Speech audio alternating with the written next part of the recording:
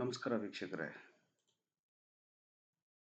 ಈ ವಿಡಿಯೋದಲ್ಲಿ ಮಾರ್ಚ್ 2026 ಈ ತಿಂಗಳಲ್ಲಿ ಹಣಕಾಸು ಇದರ ಬಗ್ಗೆ, ಫೈನಾನ್ಷಿಯಲ್ ಕಂಡೀಷನ್ ಬಗ್ಗೆ ಹೇಗಿರುತ್ತೆ ವೀಕ್ಷಕರಿಗೆ ಅಂತ ತಿಳಿದುಕೊಳ್ಳುವಂತಹ ಪ್ರಯತ್ನವನ್ನು ಈ ವಿಡಿಯೋದಲ್ಲಿ ಮಾಡೋಣ. ಈ ವಿಡಿಯೋ ಹಣಕಾಸಿನ ವಿಷಯಕ್ಕೆ ಸಂಬಂಧಪಟ್ಟಂತೆ ಮಾರ್ಚ್ 2026 ಈಗ ಕಾರ್ಡ್ಗಳು ಬಂದಿದೆ. 4 ಆಫ್ ಸ್ವೋರ್ಡ್ಸ್ ಬಂದಿದೆ, ಕಿಂಗ್ ಆಫ್ ಸ್ವೋರ್ಡ್ಸ್ ಬಂದಿದೆ, 9 ಆಫ್ ಕಪ್ಸ್ ಬಂದಿದೆ, ದ ಮೂನ್ ಬಂದಿದೆ, ದ ಮ್ಯಾಜಿಷಿಯನ್ ಬಂದಿದೆ, 10 ಆಫ್ ಸ್ವೋರ್ಡ್ಸ್ ಬಂದಿದೆ.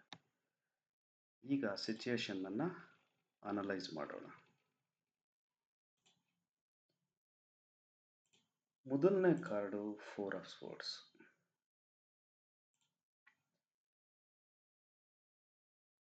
ನೀವು ಕಳೆದ ವರ್ಷ ತುಂಬ ಕಷ್ಟಪಟ್ಟು ಕೆಲಸ ಮಾಡಿದ್ದೀರ. ತುಂಬ ಕಷ್ಟಗಳು ಬಂದಿದ್ದಾವೆ. ಕಳೆದ ವರ್ಷ ಇರ್ಬೋದು, ಕಳೆದ ದಿನಗಳು ಅಂದರೆ ಫೆಬ್ರವರಿ ಎಂಡ್ವರೆಗೂ ತುಂಬ ಕಷ್ಟಪಟ್ಟು ನೀವು ಕೆಲಸ ಮಾಡಿದ್ದೀರ. ಈಗ ಈ ಕಾರ್ಡ್ ಹೇಳ್ತಾ ಇದೆ, ಒಂದು ಬ್ರೇಕ್ ಬೇಕಾಗಿದೆ.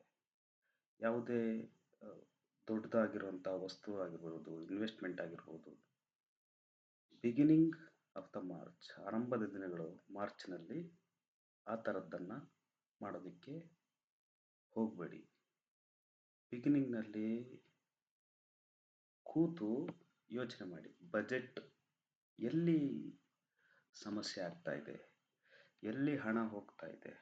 ಈ ಬಜೆಟ್ ಪ್ಲಾನನ್ನು ಬಿಗಿನಿಂಗ್ ಆಫ್ ದ ಮಂತಲ್ಲಿ, ಮಾರ್ಚ್ನ ಆರಂಭದ ದಿನಗಳಲ್ಲಿ ನೀವು ಮಾಡಬೇಕಾಗುತ್ತೆ.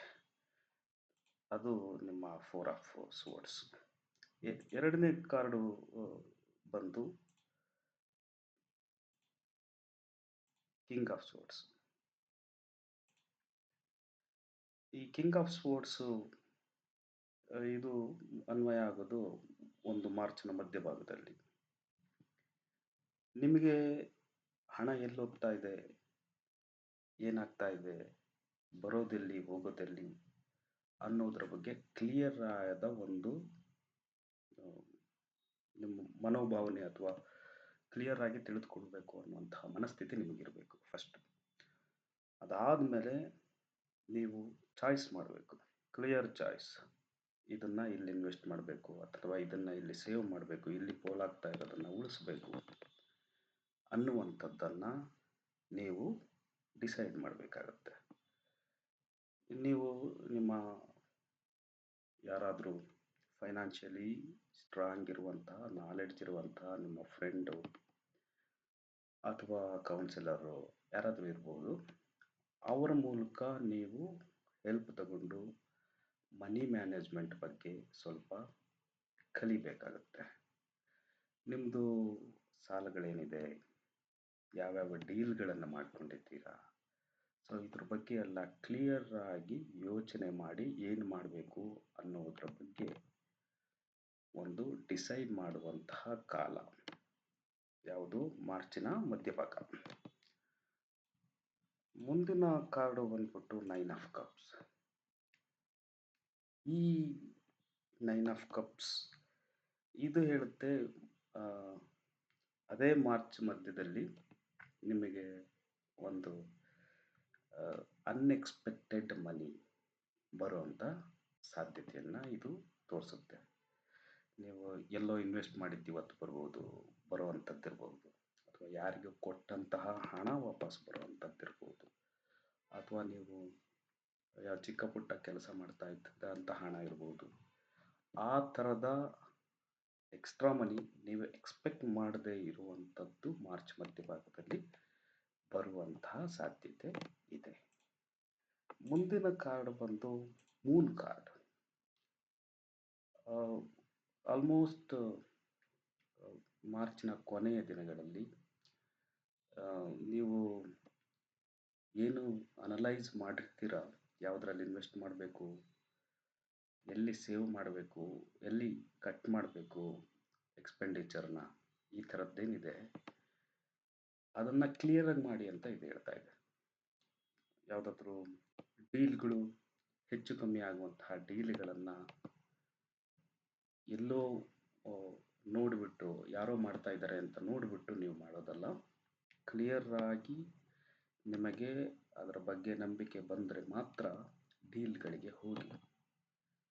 ನಿಮ್ಮ ಇಂಟ್ಯೂಷನ್ ಏನಿದೆ ಆ ಇಂಟ್ಯೂಷನ್ ಪ್ರಕಾರ ನಿಮ್ಮ ಇನ್ವೆಸ್ಟ್ಮೆಂಟ್ ಇರ್ಬೋದು, ಖರ್ಚು ವೆಚ್ಚಗಳಿರ್ಬೋದು, ಅದರ ಬಗ್ಗೆ ನಿರ್ಧಾರಗಳನ್ನು ತಗೊಳ್ಳಿ. ಯಾವುದೇ ಒಂದು ಡೀಲ್ ಮಾಡ್ತಾ ಇದ್ದರೆ ನಿಮ್ಮ ಬರೀ ಫೀಲಿಂಗ್ಸಿಂದ ಯೋಚನೆ ಮಾಡದೆ ಪೇಪರ್ಸ್ಗಳನ್ನ, ಡಾಕ್ಯುಮೆಂಟ್ಸ್ಗಳನ್ನ ರಿಪೀಟೆಡ್ ಆಗಿ ಅಥವಾ ಥರೋ ಆಗಿ ಚೆಕ್ ಮಾಡಿ. ಇದು ಮೂನ್ ಕಾರ್ಡ್. ನೆಕ್ಸ್ಟ್ ಕಾರ್ಡ್ ಬಂದ್ಬಿಟ್ಟು ಮೆಜಿಷಿಯನ್ ಕಾರ್ಡ್. ಮೆಜಿಷಿಯನ್ ಕಾರ್ಡ್ಸ್ನಲ್ಲಿ ನೀವು ನೋಡ್ಬೋದು ಪೆಂಟಕಲ್ಸ್ ಇದೆ, ಕಪ್ಸ್ ಇದೆ, ವ್ಯಾಂಡ್ ಇದೆ, ಸ್ವೋರ್ಡ್ ಇದೆ, ಎಲ್ಲ ಇದೆ. ನಿಮ್ಮಲ್ಲಿ ಎಲ್ಲ ಸ್ಕಿಲ್ಗಳಿದೆ. ನೀವು ಆ ಸ್ಕಿಲ್ಗಳನ್ನು ನೀವು ಹಣವನ್ನು ಜನರೇಟ್ ಮಾಡೋದಕ್ಕೆ ಯೂಸ್ ಮಾಡ್ಕೋಬೇಕು. ಹೊಸದಾಗಿ ನಿಮಗೆ ಯಾವುದರಲ್ಲಿ ಇಂಟ್ರೆಸ್ಟ್ ಇದೆ, ಯಾವುದರಲ್ಲಿ ಸ್ಕಿಲ್ ಇದೆ, ಆ ಫೀಲ್ಡಲ್ಲಿ ನೀವು ಸ್ಟಾರ್ಟ್ ಮಾಡೋದಕ್ಕೆ ಪ್ರಯತ್ನ ಪಡುವಂತಹ ಒಂದು ಅವಕಾಶ ಇದೆ. ನಿಮ್ಮ ಹತ್ರ ಎಲ್ಲ ಇದೆ, ಟೂಲ್ಸ್ಗಳು, ಸ್ಕಿಲ್ಗಳು ಎಲ್ಲ ಇದೆ. ನೀವು ಮಾಡಬೇಕಷ್ಟೆ, ಸರಿಯಾಗಿ ಯೋಚಿಸಿ ನಿರ್ಧಾರವನ್ನು ಮಾಡಬೇಕು. ಕೊನೆಯ ಕಾರ್ಡು ಬಂದ್ಬಿಟ್ಟು ಇಷ್ಟೆಲ್ಲ ಮಾಡಿದ ಮೇಲೆ 10 ಆಫ್ ಸ್ಪೋರ್ಟ್ಸು.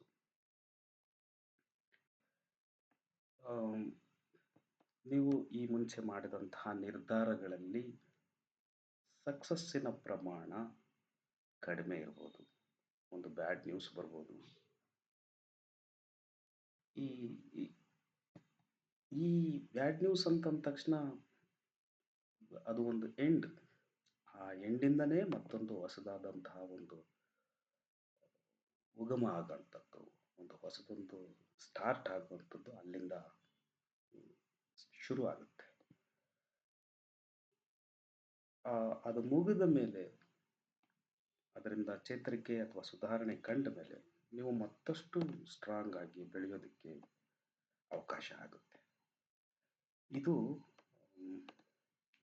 ಯಾರಿಗೆ ರೆಸೊನೇಟ್ ಆಗುತ್ತೆ ಅಂತ ನೋಡ್ಕೊಳ್ಳಿ. ಇದು ಮಾರ್ಚ್ 2026ರ ಹಣಕಾಸಿನ ಕುರಿತಾದಂತಹ ಒಂದು ಪ್ರಿಡಿಕ್ಷನ್. ನಮಸ್ಕಾರ.